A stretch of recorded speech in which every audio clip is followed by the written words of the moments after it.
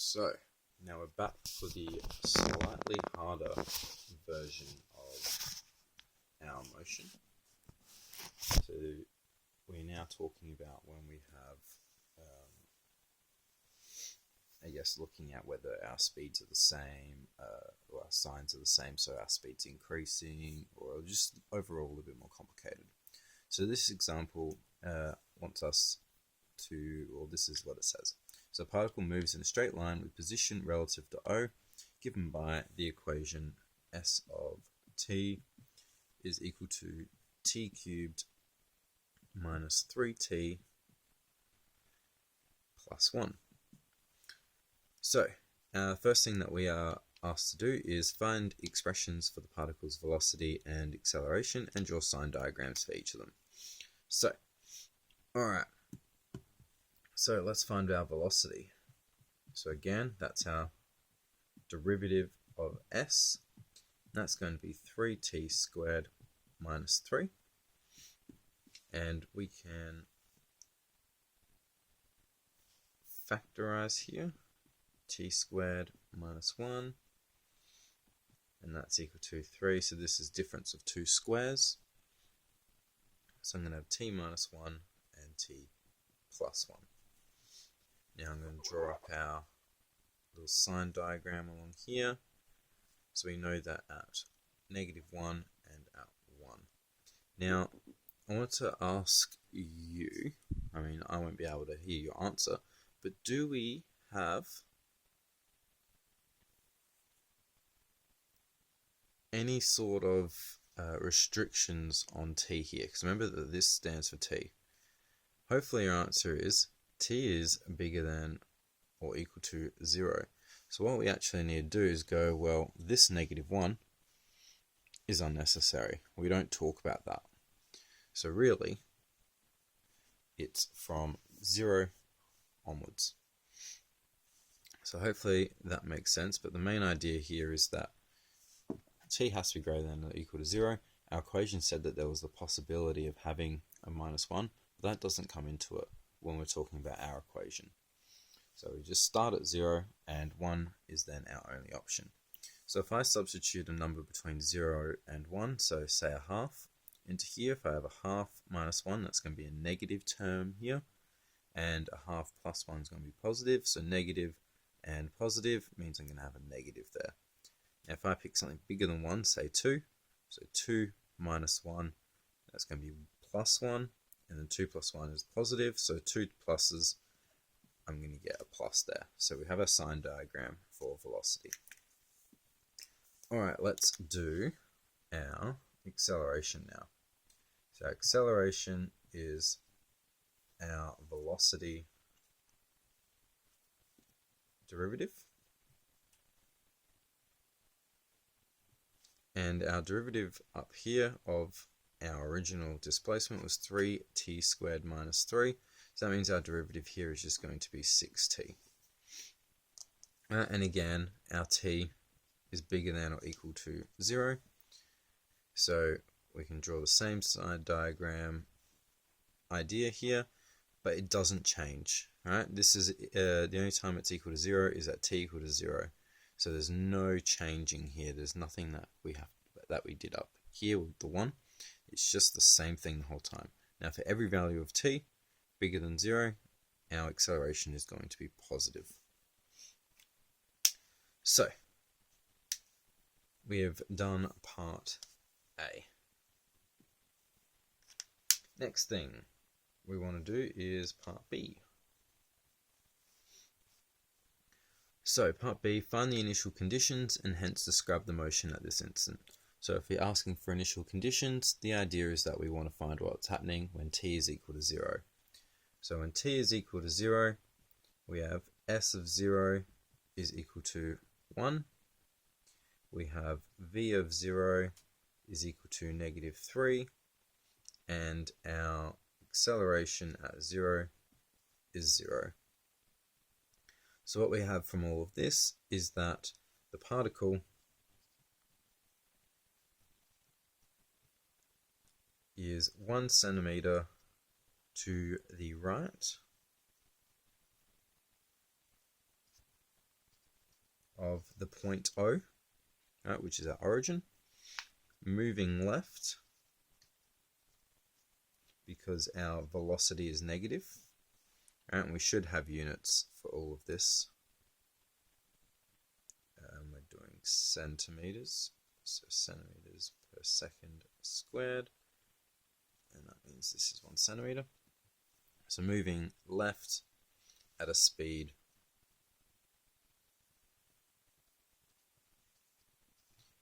of 3 centimeters per second. Alright. So the next question, part C, wants us to describe the motion of the particle at t equal to 2 seconds. So we're going to do something very similar. We're going to substitute 2 into all these spots instead of t equal to 0. So let's write that. The reason I'm not getting rid of part A is because that's going to come in handy a little bit later. So t equal to 2, I'm not going to go through all the details, but s of 2 is equal to 3 centimeters. Velocity at 2 is equal to 9 centimeters per second. And our acceleration at 2 is 12 centimeters per second squared.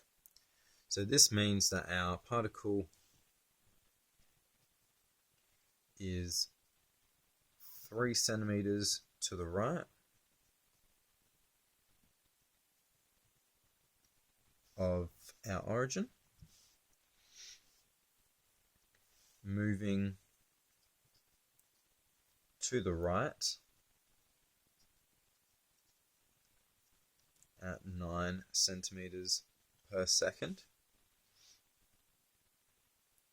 Right. And since a and v, so our acceleration and our velocity, have the same sign, the speed of the particle is increasing. Okay, so you would probably write that down as well. Alright, part D wants us to find the position of the particle when it changes direction. So when a particle is changing direction, or anything for that matter, so if I'm going along here and then I want to return back, what happens when I turn back? Right, when I turn back, my velocity is changing from going to the right, now going to the left. And in between that, my velocity is turning and becoming 0.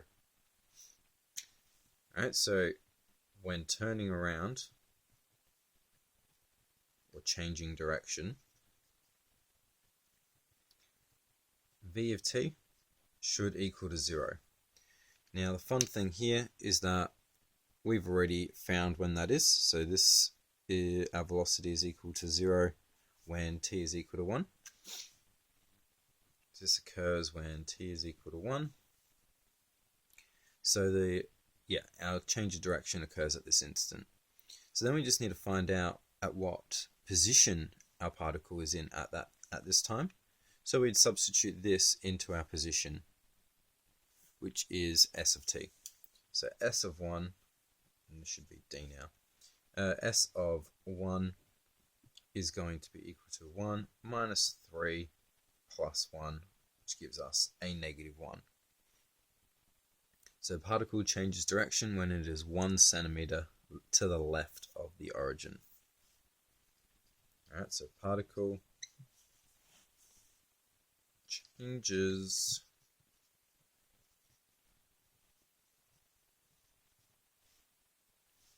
when it is 1 centimeter to the left of the origin. Alright, last 3 parts. So we're getting close to the end now. These are probably some of the longest types of questions you'll encounter. So let's tackle part E. So this is when we are trying to find the motion diagram. So the idea of this part is we want to know and be able to look at how our particle is moving. Okay, so I'm just going to put down, we know that our particle turns and changes direction at -1, so it's never going to get any more. And our initial statement said that our particle is moving 1 centimeter to the right. The particle is 1 centimeter to the right at the beginning, and it's moving left, so that means it's going to go towards left, and at -1 it's going to turn around. So this is from all the information that we've found so far. Alright, so we started 1 centimeter to the right of the origin, and that was at t = 0. And then we were moving left according to our part B. Alright, and at -1, we found that our particle changed direction. Alright, so this happens when t is equal to 1. Alright, so at t equal to 1, we changed direction. Our displacement, our s value, was at -1. So it turned around, and we found at t equal to 2 that our displacement was at 3. So the particle is 3 centimeters to the right of the origin. So this is piecing together all the bits of information. We knew at the beginning that we were 1 centimeter to the right of the origin, and we knew at t equal to 2 we were at to the right 3, and we also found that we had a turning point at -1, right, when t is equal to 1. So part F wants us to find when the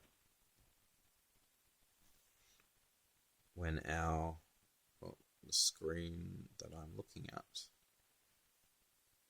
is just having a bit of a fit. Bear with me 2 seconds so I can actually read the question. Alright, so for what time interval is the particle speed increasing? So we want to find out when basically our two side diagrams have the same sign. So our acceleration is plus the whole time. So we just need to find out when that matches our velocity. Now, as we can see, acceleration is plus the whole time, so that means it's only going to match our velocity for t greater than or equal to 1. Alright, so we have speed increasing